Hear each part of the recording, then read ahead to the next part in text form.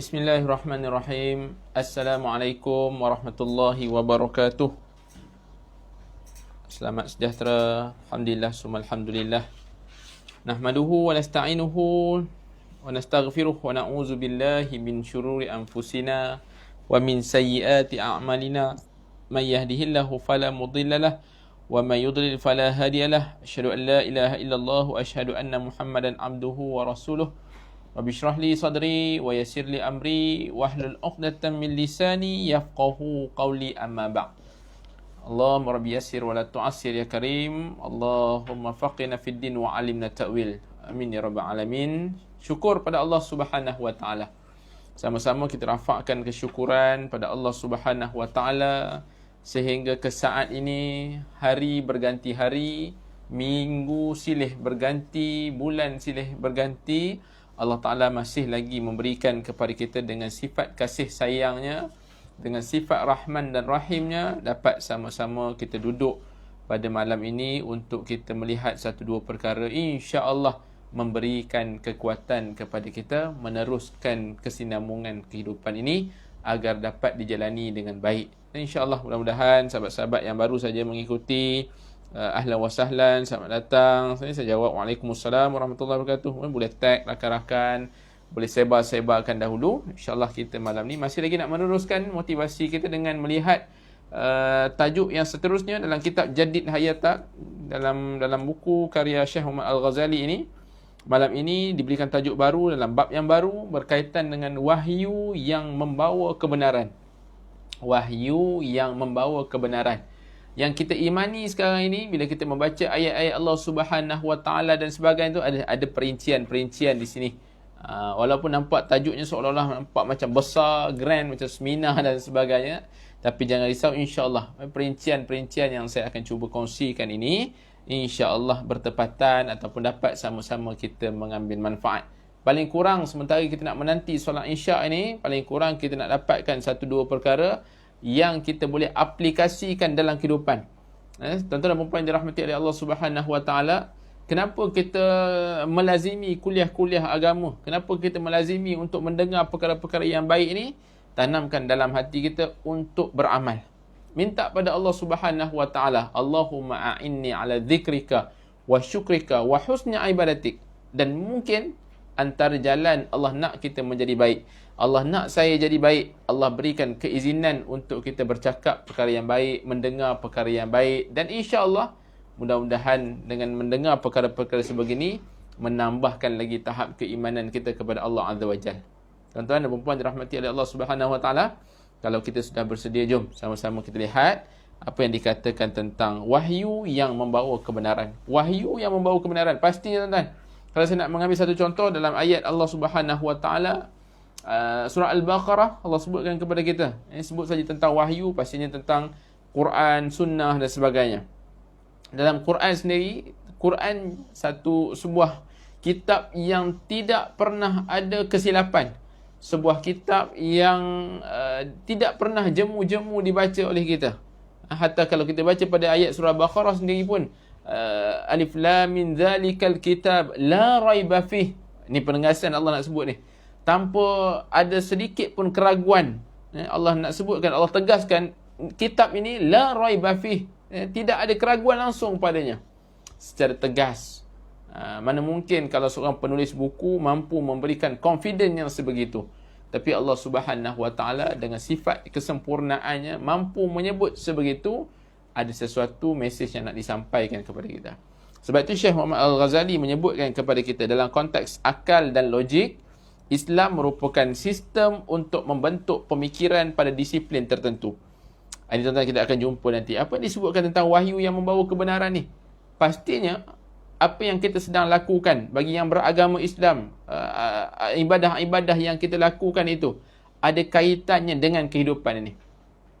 Ibadah yang kita lakukan, tunduk, rokok, sujud kita, ibadah-ibadah puasa kita, pastinya ada kaitan dengan kehidupan kita. Sama ada kehidupan di dunia maupun kehidupan di akhirat kelak.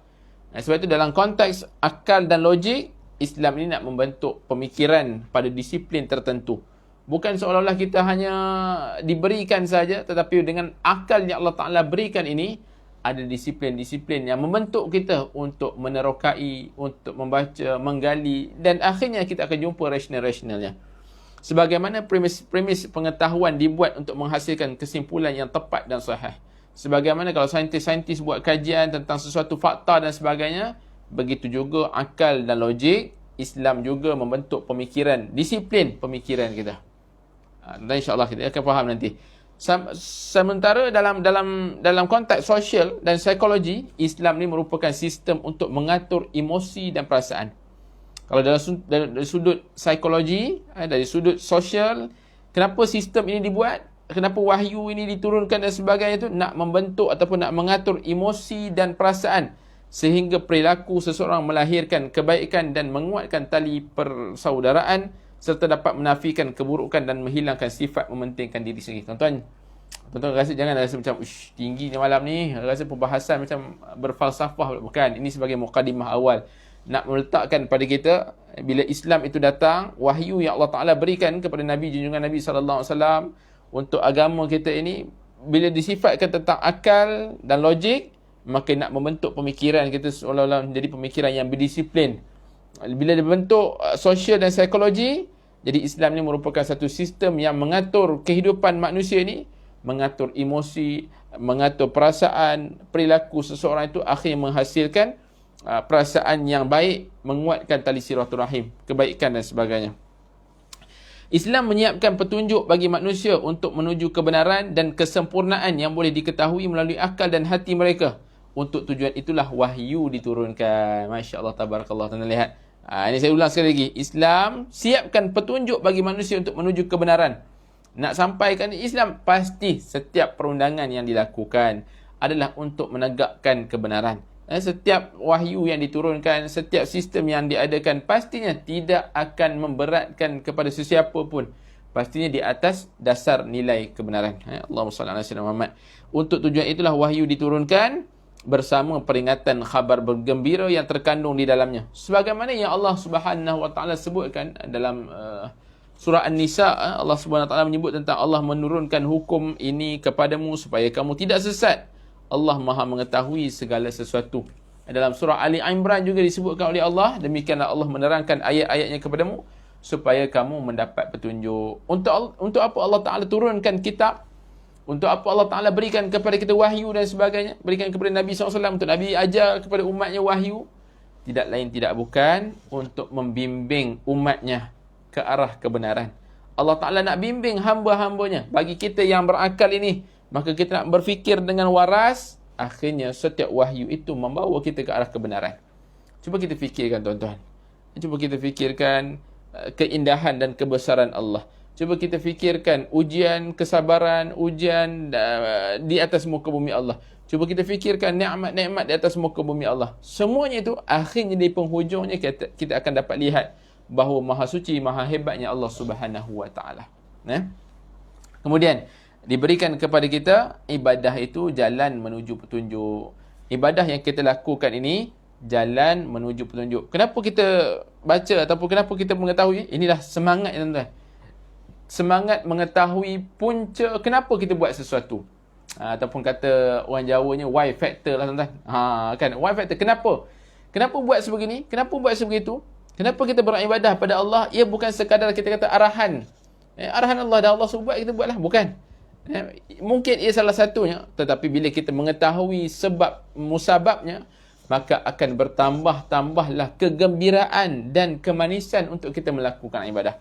Kalau tak, tidaklah muncul kitab-kitab yang ulama karang tentang bagaimana karya-karya ulama. Tuan-tuan boleh baca karya Syekhul Azhar ataupun yang disebut tentang Allahumma salli ala Muhammad, tentang Allahu Akbar, yang menerangkan tentang sebab-sebab diturunkan ibadah-ibadah. Bila kita baca kitab-kitab tersebut, dihuraikan tentang sebab-sebab kita melakukan solat, sebab-sebab kita melakukan puasa, sebab-sebab kita melakukan ibadah haji, yang akhirnya menimbulkan hikmah-hikmah. Kitab Hikmatul Tashri' karya Syekh Ali Jurjawi, seorang ulama di Mesir, Syekhul Azhar dahulunya. Baik, tapi ini Syekh Muhammad Al-Ghazali sebutkan kepada kita ibadah jalan menuju petunjuk. Petunjuk yakni hidayah. ibadah jalan untuk menuju hidayah. Tuan-tuan dan puan dirahmati oleh Allah Subhanahu Wa Taala, maha baiknya Allah kepada kita sekarang ni yang beragama Islam. Allah berikan kepada kita hidayah. Dan maha baiknya Allah Subhanahu Wa Taala, Allah kurniakan taufik, iaitu satu kekuatan untuk kita melaksanakan beriman kepada Allah Subhanahu Wa Taala, nescaya kita beribadah kepada Allah. Kita yakin kepada Allah Subhanahu Wa Taala, nescaya kita lakukan, buat apa yang Allah suruh, tinggal apa yang Allah larang. Yakin dengan, dalam surah Baqarah juga merakamkan wa mallahu bighafilin amma ta'malun. Allah Taala Maha memerhatikan kita, maka kita buat apa yang Allah perintahkan kepada kita. Baik, petunjuk yang terdapat pada pemikiran dan teori pada hubungan sosial sehari-hari merupakan tujuan utama yang hendak dicapai di sebalik pelbagai ritual ibadah yang ditetapkan syariat. Petunjuk, yakni hidayah yang saya sebut tadi ni, yang terdapat pada pemikiran, teori ataupun pada hubungan sosial, ini adalah salah satu daripada tujuan utama yang kita nak capai di sebalik pelbagai ritual tadi ni. Ibadah bukanlah pelaksanaan tata cara formal semata-mata. Tujuan ditetapkan ibadah adalah untuk mempertajam daya fikir dalam memahami kebenaran, memberi jalan terdekat menuju kebenaran, mengekang hawa nafsu dan menjauhkan hidup daripada kezaliman dan kekejian. Tuan-tuan lihat, bukankah saya sebut ni antara tujuan, bukan sekadar kita kata perintah Allah semata-mata. Ia mungkin salah satu perintah Allah, tetapi bukan itu semata-mata. Ibadah yang kita lakukan ini, tata cara ini, bukan kalau kita letakkan sekadar rutin harian saja, maka itu silap. Sebab tujuan utama ni nak mempertajamkan pemikiran kita, nak berikan kepada kita untuk memahami tahap kebenaran, nak memberikan jalan ke arah yang lebih kepada kebenaran, nak mengekang hawa nafsu kita, nak menjauhi hidup kita daripada kezaliman.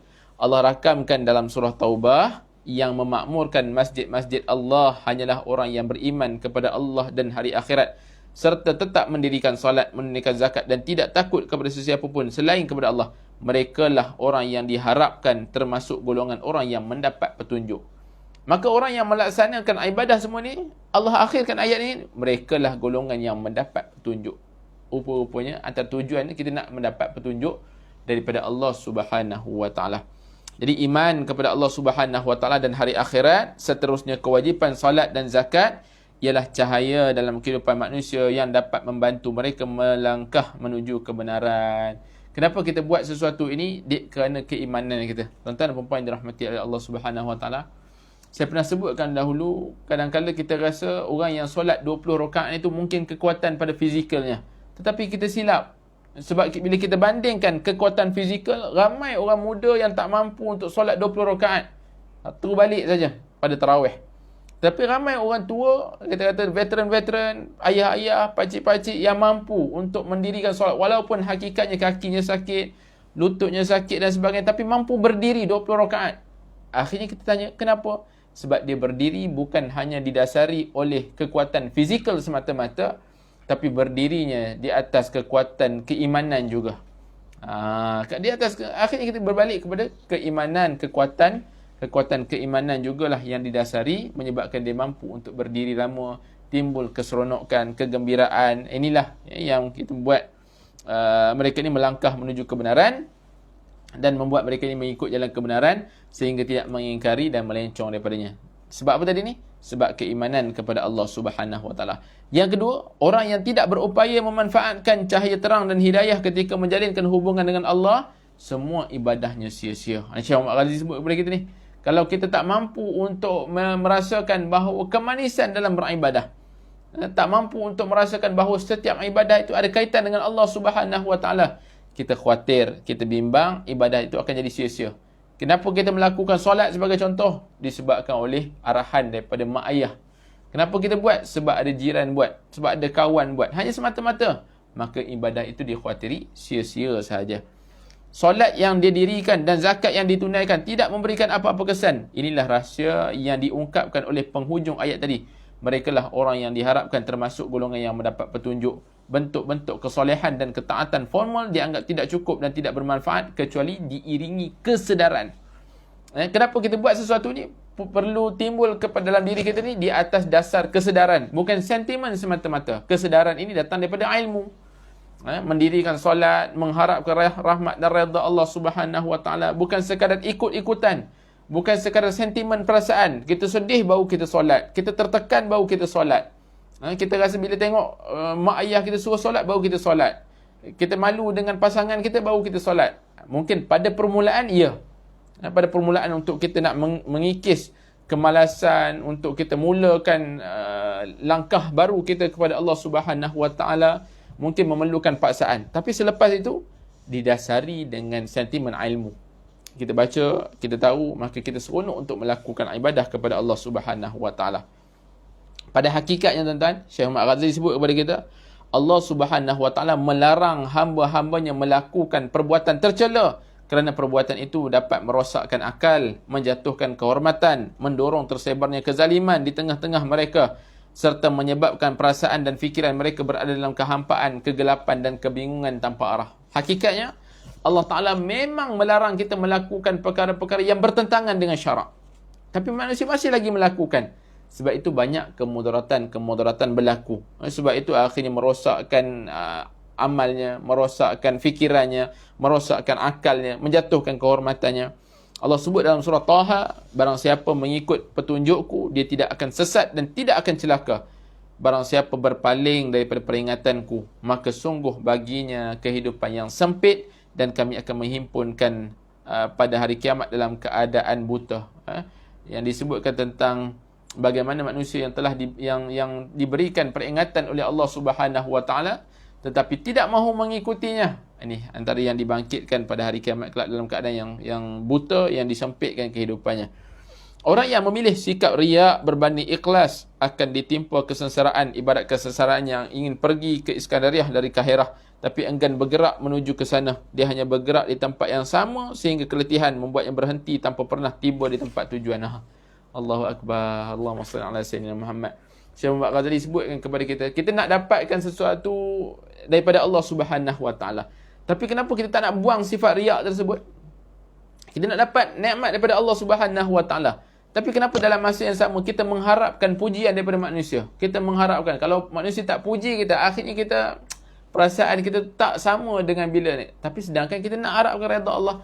Syekh Muhammad Ghazali berikan perumpamaan seperti mana nak bergerak ke suatu tempat tapi hanya bergerak di tempat yang tertentu sahaja. Jadi tidak akan sampai kepada tujuannya. Maka malam ini kita bermuhasabah.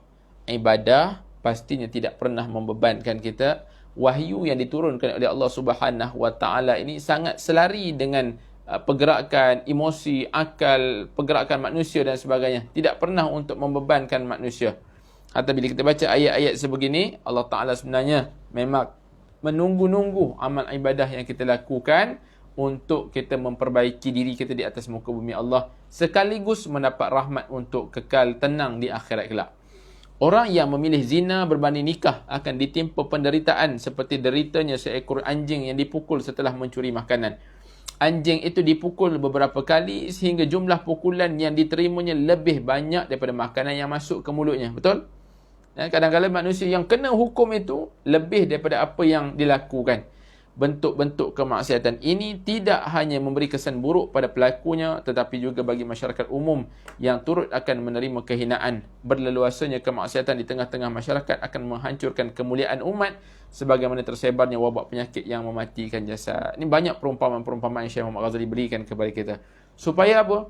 Wahyu yang Allah Ta'ala turunkan kepada kita ni pasti ada kebenarannya. Tugas kita apa? Melaksanakan ketaatan kepada Allah Subhanahu Wa Taala. Kalau kita buat apa yang Allah suruh, pastinya akan ada jalan-jalannya. Pastinya tidak akan membebankan kita. Itu mesej ni tuan-tuan. Kebenaran yang Allah Subhanahu Wa Taala, wahyu yang Allah Subhanahu Wa Taala, ibadah yang Allah Taala berikan ini pasti akhirnya mendorong kepada petunjuk, pastinya mendorong kepada hidayah, pastinya mendorong kepada perbuatan-perbuatan yang baik yang Allah Subhanahu Wa Taala berikan kepada kita. Dan disebutkan kepada kita juga hukum Tuhan melindungi orang mukmin. Hukum Tuhan melindungi orang mukmin. Apa maksudnya? Iman menuntut seseorang mengetahui batas-batas tempat di mana dia harus berhenti dan juga pelbagai dimensi yang menjadi tujuan. Tuan-tuan dan puan-puan yang dirahmati oleh Allah Subhanahu Wa Taala. Mari sama-sama malam ini juga kita bermuhasabah untuk kita meletakkan penanda aras pada iman kita. Bila kita sentiasa membajai iman kita, nescaya iman ini akan menyebabkan sampai ke satu tahap kita tak mampu ataupun tidak selesa dengan amal ibadah, tidak selesa dengan maksiat yang kita lakukan. Dengan iman yang kita ada, kita tidak akan selesa dengan ibadah yang kita lakukan sekarang ini. Dengan iman yang kita ada, kita tidak lagi tertipu, tidak akan lagi tertipu dengan seolah-olah dengan perasaan dan sebagainya. Nanti kita akan jumpa tuan-tuan, walaupun hakikatnya manusia kadang-kala melakukan kesilapan, tetapi bukanlah sifat manusia itu seolah-olah kosong dengan dosa, seolah-olah tidak langsung melakukan dosa. Ya, ada manusia ini melakukan dosa, tapi perasaan-perasaan ni antara yang disebut bila ada iman dalam diri kita, dia akan menuntut diri kita ini untuk mengetahui di mana tempat-tempat yang sepatutnya. Kalau kita beriman kepada Allah Subhanahu Wa Taala, nescaya kita akan hindarkan diri kita daripada tempat-tempat yang tidak diredai oleh Allah. Kerana iman, disebabkan oleh iman tadi ni. Hidup tanpa aturan dan berjalan tanpa kewaspadaan dan perlindungan sehingga pelbagai bahaya mengancamnya bukanlah jalan hidup seorang yang Muslim. Kalau kita hidup sembrono, hidup macam orang lain je, sekadar ikut rutin harian saja, ikutlah kawan kita nak bawa ke mana-mana pun, pandangan tak terjaga, percakapan tak terjaga, ini bukan hidup manusia yang beriman. Bagi kita yang beriman, kita tahu sampai satu tempat, ya kita ada kawan-kawan yang ramai, kita hidup bermasyarakat. Mungkin ada golongan-golongan yang mengumpat, mengata, mengaji dan sebagainya. Bagi kita, kita tak suka. Maka kita tahu had kita di mana. Had kita di mana. Kita tidak akan menambah-nambahkan penceritaan-penceritaan. Kita tidak akan menggunakan tangan kita ni untuk melakukan kezaliman. Sebab kita ada iman tadi ni. Kita tahu di mana. Ini tanda Allah Subhanahu Wa Taala melindungi diri kita. Iman menunjukkan hukum-hukum yang benar dan arahan yang tepat berkaitan pelbagai pertembungan dalam kehidupan, iaitu untung rugi, kalah menang, berjaya gagal dan teman musuh. Iman memberi arahan kepada setiap mukmin untuk mengerjakan apa yang patut dikerjakan. Kadang-kadang pertembungan ataupun disebut dengan peperangan hati. Peperangan hati dan hawa nafsu. Peperangan hawa nafsu ni, kita kena kuat untuk berjuang melawan hawa nafsu, hawa nafsu yang sering untuk melakukan keburukan. Saya ambil contoh mudah tuan-tuan. Kita nak baca Quran ataupun kita nak melakukan perbuatan yang lain. Sedangkan hari itu, waktu tersebut memang waktu jadual kita baca Quran. Kita tahu dah hari Jumaat kita nak habiskan kahfi. Hari Jumaat kita nak banyak berselawat kepada Nabi SAW. Tapi bila ada waktu ataupun ada aktiviti-aktiviti yang lain yang mengganggu, yang tidak berapa penting, kenapa kita tidak fokuskan? Seolah-olah ada pertembungan. Nak baca ke tak baca? Nak baca ke tak baca? Kemudian kita rasa macam seolah-olah dibisikkan, tak payahlah. Minggu lepas kan dah baca. Tapi disebabkan iman tadi, kita lawan juga. Tak apalah. Hal tersebut tak adalah penting sangat. Jadi kita baca. Kita habiskan bacaan. Ya, peperangan. Kita buka mata, tengok jam, pukul 5 pagi. Kita tahu subuh dekat-dekat pukul 6. Jadi nak bangun tahajud ke tidak? Nak bangun tahajud ke tidak? Dengan keimanan yang kuat, dengan keimanan yang baik, dengan keimanan yang tulus kepada Allah Subhanahu Wa Taala, kita nak berusaha semampu mungkin. Mudah-mudahan Allah Subhanahu Wa Taala bangkitkan kita, berikan kekuatan kepada kita. Dan disebut juga kepada kita, Allah Subhanahu Wa Taala juga memberi manusia tanda-tanda lain yang boleh dijadikan petunjuk dari waktu ke waktu agar mereka tidak tergelincir daripada jalan yang lurus. Allah Taala berikan tanda-tanda yang boleh supaya manusia tidak tergelincir daripada jalan yang lurus. Tuan-tuan, kalau kita baca dalam kitab-kitab disyarahkan tentang bagaimana sifat-sifat Muslim, bagaimana sifat-sifat mukmin yang Allah Subhanahu Wa Taala kasih dan sayang kepadanya. Ada banyak yang diberikan oleh Allah Subhanahu Wa Taala. Seolah-olah signal-signal, teguran-teguran daripada Allah supaya manusia ini duduk merintih pada Allah Subhanahu Wa Taala. Petunjuk itu berupa apa? Ada perintahnya, ada larangannya, ada arahannya. Daripada mana? Didasari dengan ilmu tadi. Didasari dengan ilmu daripada kitab Allah Subhanahu Wa Taala, daripada sunnah Nabi sallallahu alaihi wasallam. Ini kasih sayang Allah. Kasih sayang Allah. Allah Taala huraikan jelas kepada kita. Semua itu merupakan ajaran yang menghalalkan perilaku manusia agar tetap berjalan di jalan lurus dan mencegahnya menyimpang daripada kebenaran, seperti empangan yang mencegah air banjir mengalir ke pelbagai arah. Kita nak beraksi dekat dunia ni lah. Tapi bila kita mempelajari Quran, kita mempelajari sunnah, kita tahu hubungan dengan Allah Subhanahu Wa Taala. Allahumma salli ala sayyidina Muhammad. Tuan-tuan, indah kehidupan ini. Sebab itu tuan-tuan boleh baca kitab Tuan Guru arwah Tuan Guru Ismail Khamus, indahnya hidup bersyariat. Cantik bagaimana disusun kepada kita perjalanan hidup manusia daripada bayi sehinggalah dijemput oleh Allah Subhanahu wa taala. Allahumma salli ala sayyidina Muhammad. Manusia kadang-kadang mampu mengawal kecenderungannya dan kadang-kadang tidak. Namun dikhawatiri manusia terdorong oleh kecenderungannya sehingga dia terpesong dan tidak dapat kembali dengan selamat. Ibnu Muqaffa berkata, orang mukmin berada dalam kebaikan selama tidak tergelincir. Apabila tergelincir, dia akan tenggelam dalam gelombang. Tuan-tuan, kita pernah tergelincir tak? Kita pernah tergelincir. Kita pernah tergelincir. Dan mungkin kadang-kala juga berkali-kali kita tergelincir. Tapi selagi mana jasad kita masih lagi bernyawa, maka balik cepat-cepat pada Allah Subhanahu wa taala. Sebab kita manusia yang mengamalkan ilmu.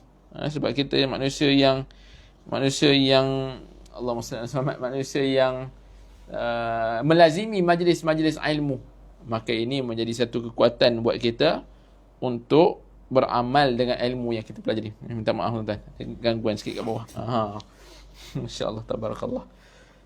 Allahumma salli alaihi wasallam. Baik, gelombang itu dapat melumpuhkan kehendak, menyebabkan kehancuran, melepaskan pegangan dan membuat sesiapa pun terumbang-ambing dalam kekalutan seperti bulu yang dihembus oleh angin. Ini disebutkan kepada kita juga. Syekh Muhammad Ghazali bawakan lagi kata-kata Dale Carnegie ni. Juga melihat akan keperluan waktu yang lama bagi seseorang untuk pulih daripada goncangan akibat serangan rasa kegelisahan. Nak bangkit balik tuan-tuan, adakah mudah? Ia memerlukan perjuangan. Nak bangkit semula, yang memerlukan kekuatan, yang memerlukan satu semangat, keimanan, dan insya-Allah bangkit itu lebih baik daripada kita terus dalam keadaan menidakkan keimanan kita kepada Allah Subhanahu wa taala. Kemudian Syekh Muhammad Ghazali kata apa? Kuatkanlah tekad untuk kembali. Andai terjerumus, andai terjatuh dan sebagainya, kuatkanlah tekad kita untuk kembali. Manusia pasti berbuat salah. Walaupun hakikatnya dah diturunkan wahyu, dah diberikan wahyu oleh Allah Subhanahu wa taala, hakikatnya manusia ni pasti buat salah. Jadi mereka tidak dituntut untuk bebas daripada kesalahan. Saya ulang sekali lagi tuan-tuan, ini menenangkan kita. Kita tidak dituntut untuk bebas daripada kesalahan. Ustaz-ustaz yang berceramah, para asatizah yang berceramah, kita dengar guru-guru, adakah seolah-olah mereka ni tak buat salah langsung ke ni? Tak, bukan begitu. Ini hanya semangat ataupun hanya bukan sekadar nak mengajar, tapi ini sebagai pemangkin untuk kita sampai ke satu tahap kita diuji oleh Allah Subhanahu wa taala, kita tahu cara nak patah balik pada Allah. Bukanlah kita ni dituntut untuk langsung tak buat dosa. Sebab kadang-kadang manusia terjerumus juga. Bebas atau suci daripada kesalahan bukanlah tabiat manusia. Tenang tak hati kita? Oh, alhamdulillah. Rupanya kadang-kadang kita terbuat salah. Kadang-kadang kita dah tahu dah, terjerumus juga. Patah balik pada Allah Subhanahu wa taala. Sebahagian mereka akan berduka ketika menyedari bahawa mereka telah melakukan kesalahan dan kemudian mereka dilanda gelisah dan cemas.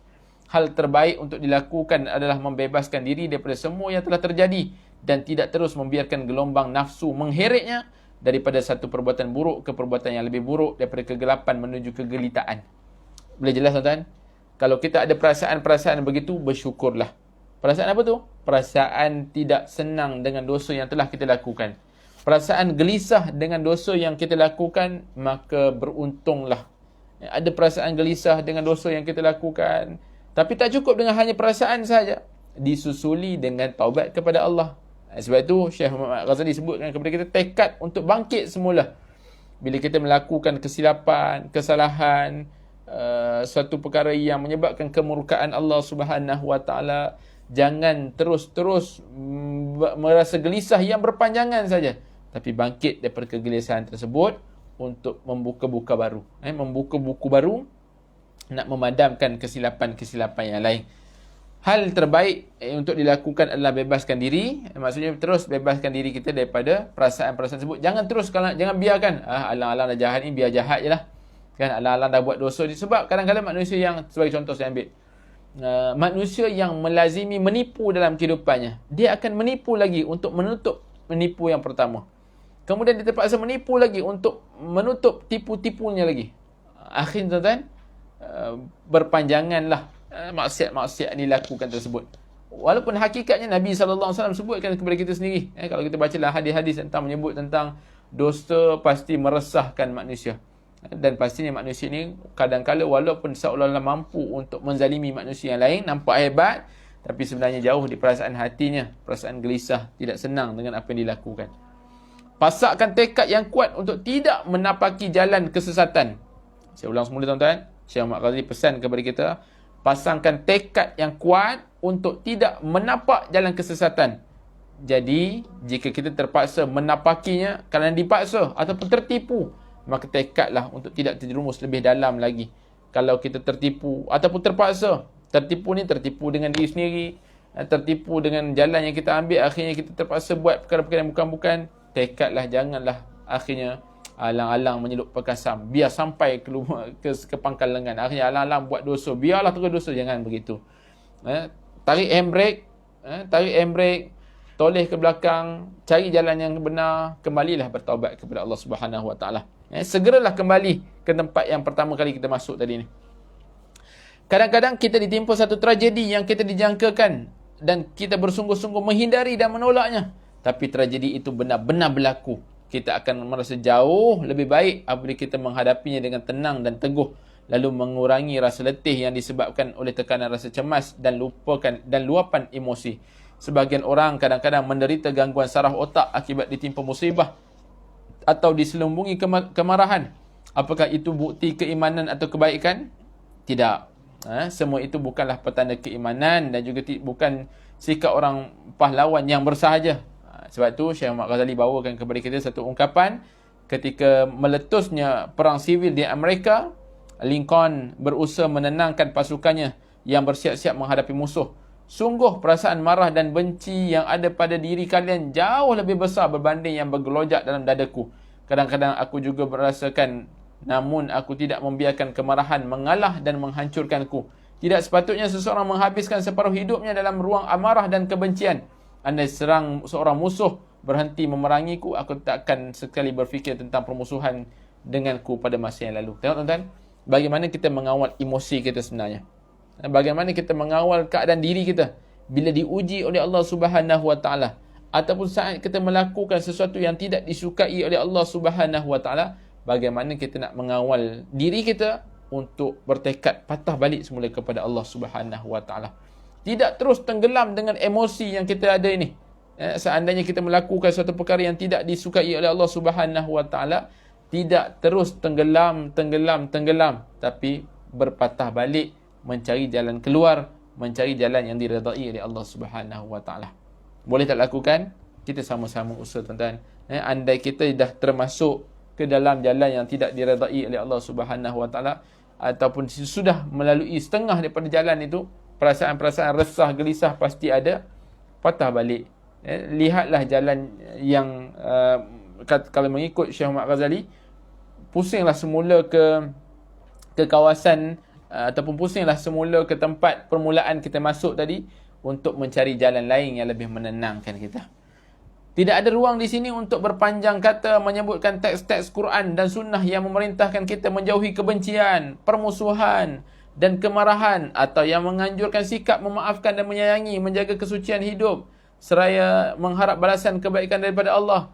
Apa untungnya memelihara amarah, kebencian dan permusuhan? Kita hanya mendapat kerugian jauh lebih banyak berbanding keuntungan. Syekh Muhammad Ghazali kata, walaupun tidak diberikan wahyu, walaupun tidak diberikan teks-teks Quran dan sunnah, hakikatnya kalau kita fikirkan di sudut diri kita, adakah kita untung kalau kita sentiasa marah dalam kehidupan kita? Adakah kita untung kalau hidup kita diselubungi dengan kebenciannya sepanjang masa? Adakah manusia ini manusia yang beruntung? Pastinya tidak. Manusia yang diselubungi hidupnya asyik marah je dalam kehidupannya, asyik dalam penuh dengan kebencian saja. Bangun pagi tu nak fikir hari ni nak benci siapa lagi, dan itu tak betul, ini salah, itu tak betul, ini salah, itu tak kena. Akhirnya kehidupannya seolah-olah dia tua sebelum masanya, mati sebelum masanya. Ni hidup dalam akhirnya tidak dapat keuntungan-keuntungan. Apabila kita mahu memenuhi panggilan iman, kita tentu berupaya menghadapi keletihan hidup dan dengan tenang dan teguh, seraya tetap meyakini bahawa kita dapat mendapatkan redha Allah Subhanahu Wa Taala dan pertolongannya. Tetapi andai kata perjalanan kita di jalan yang benar itu masih lagi diselubungi dengan ujian-ujian dan mehnah-mehnah daripada Allah Subhanahu Wa Taala, sebab kita ini adalah panggilan iman, maka pastinya kehidupan kita akan tenang dan teguh, sebab kita meyakini kita bersama dengan Allah Subhanahu Wa Taala. Tak ada salahnya sekiranya di sini kami menyebutkan kisah Tolstoy, tuan-tuan. Maafkanlah kalau tersalah pronoun dan sebagainya. Kalau saya baca kat sini, Tolstoy, seorang ahli falsafah ternama dari Rusia dan perselisihannya dengan isterinya. Kisah ini dikutip daripada Encyclopedia Britannia. Pada 2 dekad terakhir hidupnya, Tolstoy menjadi tokoh dunia yang sangat disegani dan dihormati. Ini kisah, tuan-tuan, kita akhir ini. Para pengkagumnya tidak henti-henti berkunjung ke rumahnya untuk menimba ilmu dan mendengar nasihatnya, atau untuk sekadar mendengar suara apabila melihat sosoknya. Setiap kata yang keluar daripada bibirnya langsung dicatat di lembaran seperti sabda seorang Nabi. Demikianlah kedudukan sosial Tolstoy saat itu. Lalu bagaimana kehidupan pribadinya? Pada usia 70 tahun, perangainya tidak lebih dungu daripada kanak-kanak berusia 7 tahun. Beliau menikahi gadis pilihan hatinya dan hidup bahagia pada masa awal perkahwinan. Hakikatnya isterinya itu sangat kuat cemburu. Bahkan isterinya pernah menyamar sebagai petani hanya untuk mengintipnya. Kecemburuan isterinya semakin bertambah dari waktu ke waktu sehingga dia mencemburui putrinya sendiri. Suatu ketika didorong kecemburuannya, isteri mengambil sepucuk pistol dan menembak putrinya. Lalu bagaimana reaksi Tolstoy? Dia menulis catatan-catatan berisi celaan pada isterinya dan perselisihan yang berlaku dalam rumah tangganya. Dia ingin agar generasinya sesudahnya menunjukkan celaan dan kesalahan pada isteri mereka. Lalu apa yang mereka kemudian lakukan pada isterinya? Dia merobek-robek sebahagian besar catatan itu dan membakarnya. Lalu membuat catatan-catatan lain untuk membalas celaan suaminya. Bahkan mereka memberi judul salah satu catatannya dengan salah siapa. Allahu Akbar. Tengok tuan-tuan kehidupan Tolstoy dengan isterinya ni. Kehidupan yang nampak hebat. Kan, seorang ahli falsafah, anak muridnya ramai dan sebagainya. Tapi bagaimana kehidupannya? Dengan isteri yang diselubungi dengan isteri yang terlampau cemburu dalam kehidupannya. Dan kehidupannya akhirnya terlampau-lampau. Akhirnya cemburu dengan anak perempuannya sendiri. Si suami juga dalam keadaan terlampau marahkan sifat isterinya. Marah yang berpanjangan. Akhirnya adakah menyelesaikan masalah? Ini sebab tu Syekh Muhammad Ghazali nak bawakan kisah ni pada kita ni. Dan Al-Haji sebut, apa punca semua ini? Mengapa suami isteri ini membuat rumahnya seperti rumah sakit jiwa? Penyebab utama malapetaka ini adalah keinginan kedua-duanya mampu mempengaruhi kita sebagai generasi. Sebab kedua-duanya ni nakkan kita ni menyokong. Kedua-duanya nak kata, ni betul, aku betul, ikut aku. Kedua-duanya nakkan begitu. Kedua-duanya ingin agar kita menyokongnya dan membenci lawannya. Menurut anda, adakah di antara kita yang peduli tentang siapa yang benar, siapa yang salah? Pasti tak ada. Tak ada yang peduli pun. Saya dan anda sibuk menguruskan urusan masing-masing. Tidak ada waktu sedetik pun untuk mengambil peduli urusan keluarga si mulia Tolstoy itu. Betapa mahal harga yang mesti dibayar oleh pasangan suami isteri ini. Selama 50 tahun kedua hidupnya dalam neraka. Tanpa ada satu kata cukup sudah keluar dari bibir salah satu daripada keduanya. Tidak seorang pun menyedari keharusan menghargai pasangan dan berkata kepadanya, mari kita akhiri keadaan ini sekarang juga. Kita sudah meracuni hidup kita dengan hal-hal yang remeh dan tidak ada nilainya. Allahumma salli ala sayyidina Muhammad. Tuan-tuan, cuba kita lihat keluarga kita. Cuba kita lihat keluarga kita. Bagaimana untuk kita meletakkan bahawa apa yang Allah Ta'ala berikan kepada kita ini untuk kita tekad semula memperbaiki jalan kita supaya setiap yang Allah Ta'ala berikan kepada kita itu tidaklah pernah membebankan kita. Dan kita nak hiasi hidup kita itu dalam keadaan yang tidak membebankan. Seolah-olah perasaan-perasaan itu mengganggu kehidupan kita. Kegelisahan-kegelisahan itu mengganggu kehidupan kita. Sebab itu diakhiri dengan kisah. Jadi, akhir sekali tuan-tuan. Kita ambil satu yang pendek sekali. Riak yang memusnahkan jiwa. Balasan yang diterima oleh orang yang bersikap menunjuk-nunjuk riak ini adalah terampasnya ketenangan dan kedamaian jiwa. Ini juga salah satu penyakit. Bukan sekadar yang disebutkan tentang memusuhi, bergaduh suami isteri penuh kebencian, kecemburuan dan sebagainya. Riak juga memusnahkan jiwa. Terasa semua nak tunjuk pada manusia. Rasakan seolah-olah nak menunjuk-nunjuk yang akhirnya merampas ketenangan dan kedamaian. Mereka rela mengorbankan kepentingan dan keperluan utama mereka hanya agar setiap saat orang lain melihat kebaikan dan menyanjung. Memikirkan hari ni nak tunjuk apa lagi ni. Nak fikir lagi hari ni apa lagi nak buat orang puji kita ni. Akhirnya hidup ni tenteram ke? Tenang ke hidup macam ni tuan-tuan? Akhirnya hidup tidak akan tenang. Sebab apa tuan-tuan? Ini yang disebut pada awal tadi. Hidup kita ni untuk apa sebenarnya? Adakah hidup kita ni untuk penilaian manusia? Adakah kita hidup untuk memerlukan penilaian manusia sedangkan manusia tak kisah pun dengan kita? Kadang-kadang manusia puji pun puji 2 saat, 3 saat tuan-tuan. Sedangkan kita nakkan redha Allah Subhanahu Wa Taala. Sedangkan ibadah-ibadah itu merupakan petunjuk daripada Allah Subhanahu Wa Taala. Supaya kita tidak mahu akhirnya kita melakukan perbuatan-perbuatan yang mengundang kemusnahan. Mungkin ada pelakon teater mendapat gaji besar atas lakonan yang diterampilkan, atau kisah-kisah lucu dan sedih yang dipertontonkan, tapi orang yang suka menunjuk-nunjuk justru harus mengorbankan harta dan kebahagiaannya yang mereka anggap sebagai harta yang mesti dibayar untuk mendapat simpati dan sanjungan orang lain. Kalau berlakon, dia akan dapat imbuhannya. Tapi kalau manusia, kita mengharapkan jiran kita tahu, kita mengharapkan adik-beradik kita nampak harta kita. Adakah kita akan tenang? Mengapa kita lakukan perkara-perkara sedemikian, tuan-tuan? Perilaku riak kadang-kadang hanya diperhatikan sekilas oleh orang.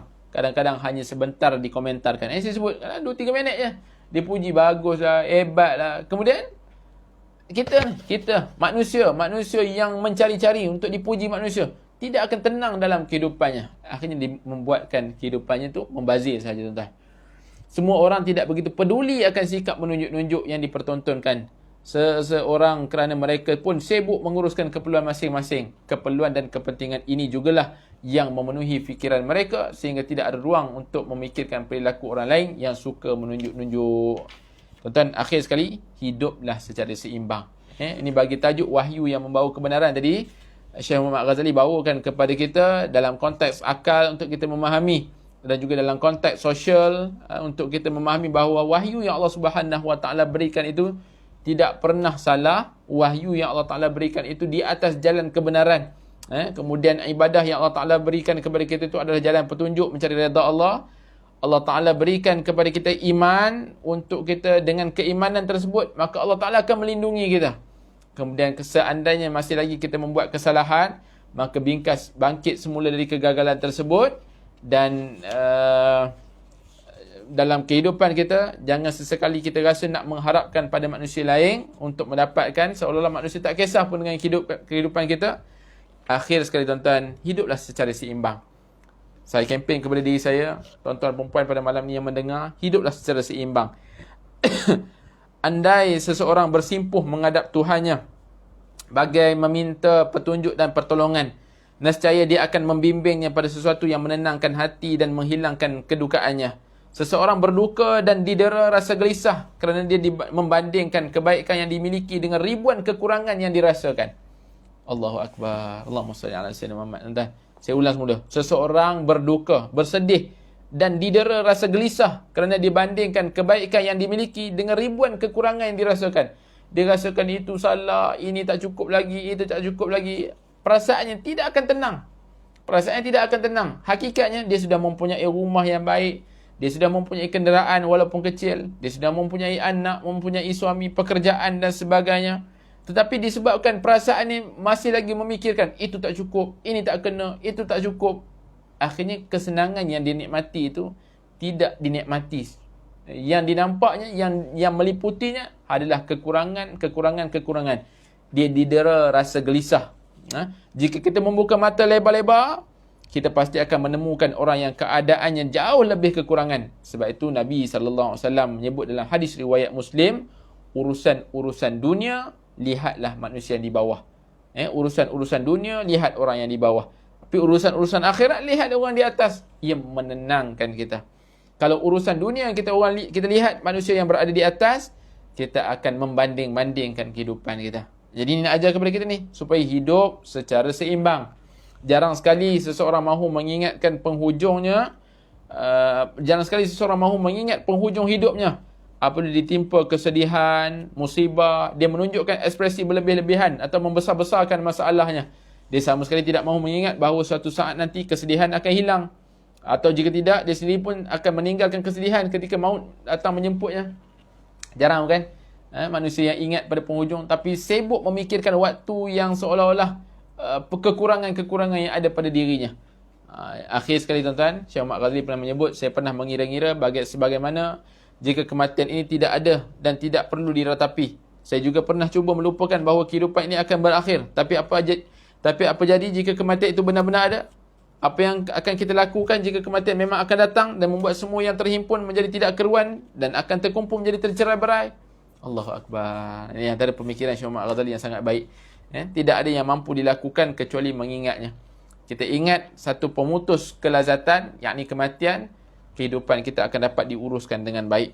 Nabi SAW memberikan peringatan kepada kita ketika ditanya siapakah manusia yang bijak, wahai Rasulullah. Rasulullah menjawab, mukmin yang bijak adalah orang yang mengingati mati dan yang paling baik persiapannya kehidupan selepas mati. Bukan sekadar ingat mati, tapi buat persiapan untuk hidup selepas mati. Buat persiapan untuk hidup selepas mati. Yang akhirnya disebutkan kepada kita, ingat mati tidak akan mengganggu rutin dan irama kehidupan yang sedang kita jalani. Ingat mati tidak akan memburuk dan melambatkan gerak kehidupan, tapi justru akan mengurangkan kebergantungan kita terhadap dunia, isi dan segala yang menipunya. Ingat mati akan membuatkan kita selalu berwaspada dan menjalani kehidupan dengan sikap yang seimbang. Jika fikiran kita telah seimbang, kelapangan tidak akan membuat kita liar semahu-mahunya. Kesempitan tidak akan membelenggu dan memenjarakan kita. Kita tidak akan tertewas dengan kehidupan, kesensaraan kehidupan ini, yang pastinya bila kita ikut wahyu Allah Subhanahu Wa Taala pasti akan membawa kebenaran. Wallahu alam. Cukup sekali itu pada malam ini tuan-tuan. Saya kira secara rumusannya Islam itu akan membawa sistem untuk mengatur emosi kita. Ibadah yang kita lakukan ini, pelaksanaan ini bukan ritual semata-mata, tetapi mempunyai maksud-maksud ataupun signifikan dalam kehidupan kita. Dan manusia itu pasti berbuat salah, tetapi manusia yang bangkit semula daripada kesalahan itu adalah yang terbaik, yang diakhiri dengan kita mengingati kematian akan menyebabkan hidup kita akan secara seimbang. Terima kasih atas perhatian semua. Mohon maaf atas kekhilafan bicara. InsyaAllah panjang umur ada kesempatan. Minggu hadapan kita lihat tentang jangan tangisi masa lalu. InsyaAllah mudah-mudahan Allah beri kekuatan kepada kita. Terima kasih tuan-tuan dan puan-puan yang bersama pada malam ini, yang share, yang kongsi, yang sebar-sebarkan. Mudah-mudahan banyak manfaat-manfaat. Aqulu qawli hadza wa astaghfirullahal azim li wa lakum. Wassalamualaikum warahmatullahi wabarakatuh. Terima kasih semua.